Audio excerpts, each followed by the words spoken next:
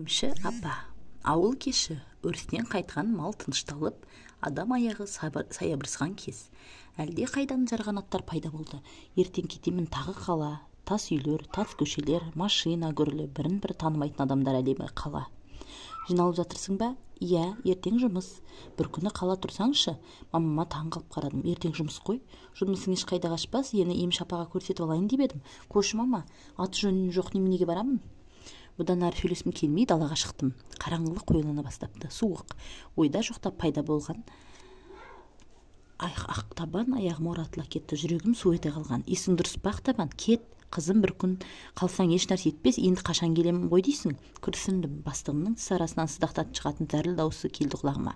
Денем тітіргеніп кеткен. Тіпті ертеңінде ауылдың екінші шетіндегі Емші апаның үйіне бара жатып, осы жағымсыз күйден арыла алмай-ақ қойдым.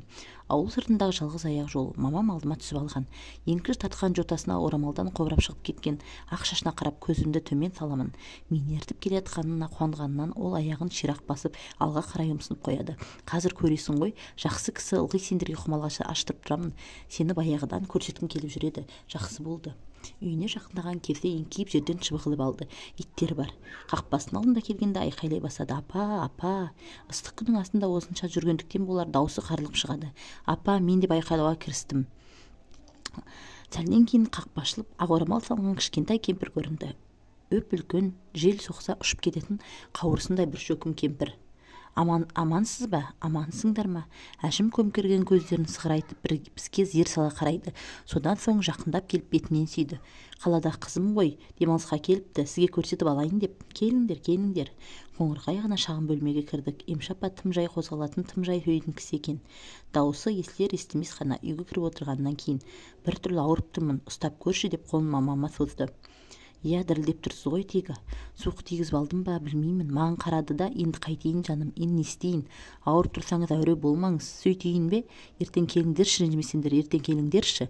Орнымыздан тұрып есікке беттедік. Ол шығып кеткенімізше ертең келуімізді өтініп сұрай берді. Ертең келіңдерші. Жақсы, жақсы. Жолда ертең келе алмайтынын ойладым. Жақсы кісі екен. Тағы бір күн қаласың ба, деді мамам. Жоқ, қала алмаймын. Қала салсаңшы. Бастығым ше.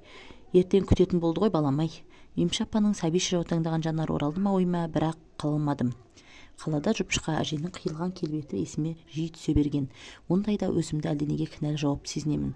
Жағымсыз күй, сондықтан ойламауға тырысатынмын. Ауылға келесі келгенімде ең алдымен Емші апаны сұрадым.